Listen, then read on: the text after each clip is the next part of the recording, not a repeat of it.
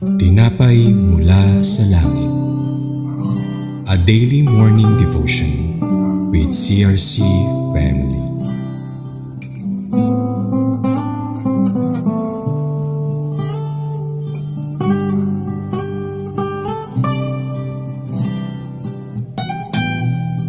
Sa mapagpalang umaga, mga kapatid, ako po si Rev Tony Castro Mayor ng San Pedro Dodor Church. Samahan niyo po kami sa ating programa Tinapay Mula sa Langit, ang pang-araw-araw nating debosyon sa salita ng Diyos. Ngayong umaga ay matutuhayan natin ang topic, A Different Vow to Fulfill. Natatagpuan po yan sa Judges chapter 11, 34 to 35. Pero bago tayo magpatuloy, tayo dumako sa maikling panalangin. Diyos ang mapagpala, sa umaga ito kami patuloy nagpupuri at magkapasalamat. Sa umaga ito, nararap lang, ikaw ay papurihat, kasalamat, dakilain, duwalati, parangalan. Dahil ikaw ay Diyos na tapat, hindi nagkulang. Tapat ka sa iyong mga pangako. Salamat po muli sa umagang ito. Samahan niyo po kami, pangunahan niyo po kami sa programang ito at patuloy kayo mahayag, madakila, maluhati, maparangalan sa aming kalagitnaan. Ito po ang topic natin, A Difficult Vow to Fulfill, Judges chapter 11, 34 to 35. Babasahin ko po sa Tagalog. Sabi po doon, nang magbalik si Jephthah sa Mispa, sinalubong siya ng anak niyang babae na sumasayaw sa saliw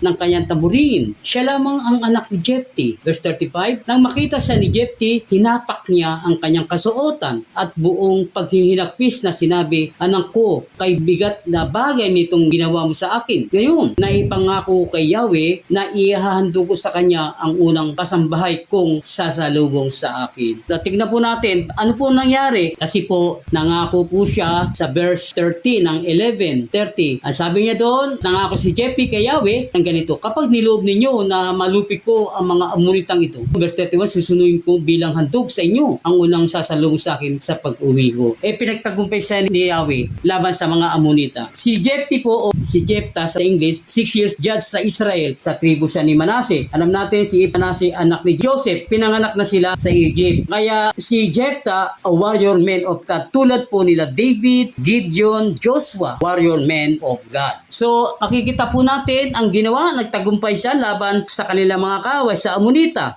Sabi nga po ng Panginoon, Exodus 14:14, I will fight for you. You need to be still. Ang Diyos na makapangyarihan ang lumalaban sa kalaban ng mga Israel. Pinangunahan niya, ayun po yung kanyang himalat kababalagan na makapangyarihan po siya. Na walang imposible at walang mahirap na bagay sa kanya. Yun po ang naging isa sa mga tagumpay na ginawad niya kay Jephthah o kay Jephthah sa English. Kasi 12 pong hukom na ginawad ng Diyos sa kanyang bayan. Yung ate po sa dalawa, 6 major judge and 6 minor judge. Yung 6 major judge, sila Othniel, Ehud, Deborah, Gideon, si Jephthah at si Samson. So lahat po sila yung nagtagumpay dahil kasama nila ang ating Panginoon. Dito po sa aking conclusion, ang sabi po doon sa Ecclesiastic chapter 5 verse 4 to 6, mga ngaral. Kung mangangako ka sa Diyos, tuparin mo ito agad. Hindi siya nalulugod sa taong mangmang. Kaya tuparin mo ang iyong pangako sa Kanya. Verse 5, mabuti pang huwag ka nang mangako kaysa mangako ka at hindi mo naman tutuparin. Sa verse 6, huwag mo hayaang ang iyong bibig ang magpahamak sa iyo. Huwag mong sasabi sa lingkod ng Diyos na nakalimutan mo ang iyong pangako. Bakit mo papaandarin ang Diyos sa iyong pananalita? Huwag kang magsalita ng mga bagay na hindi mo tutuparin upang hindi masira ang gawa ng iyong mga kamay. So manalangin po tayo, closing prayer and also the prayer for our nation. Lord, thank you sa umagang ito at patuloy ka nagpahayag. Nakita namin ang iyong katagumpayan sa iyong lingkod sa Israel. Pinagtagumpay mo na sila laban sa kanilang mga kaaway. Salamat, you are a Jehovah Nessi. You are the God, the Lord is our banner, a victorious God.